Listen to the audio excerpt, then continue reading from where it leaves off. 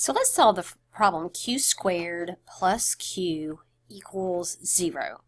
So when you read directions for this, it may not say solve by factoring, it may just say solve. So how do you know how to do what type of problem?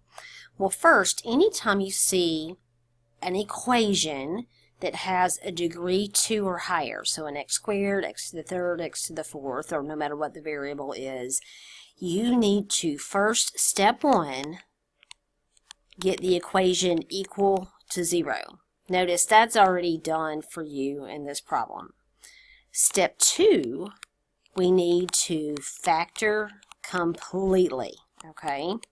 Now that's where all that hard work you've done so far in this chapter comes into play. We need to factor this problem completely.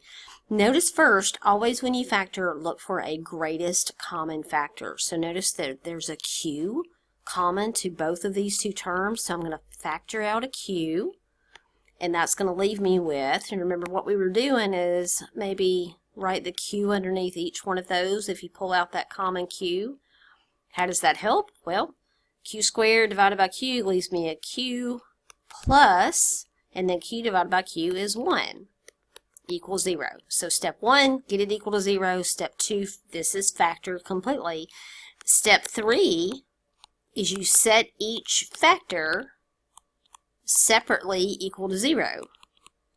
And then step 4, if you want to call it a separate step, you solve each of those equations. So I'm going to set q equal to 0, and I'm going to set q plus 1 equals 0.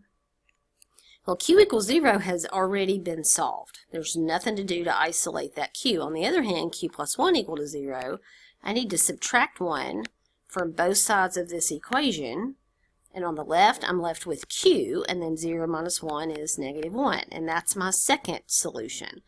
Anytime you have a degree 2 polynomial, you're going to get 2 solutions. Now the nature of those solutions can vary. You know, it could be 2 numbers like we got here, it could be the same number that shows up twice, or it could be complex answers, and we don't learn about that until another class, till pre-calculus algebra. So I hope that helps. Again, get it equal to 0, factor completely, learning using all of those factoring techniques and apply the appropriate technique, set each factor separately equal to 0, and then solve. Hope this helps.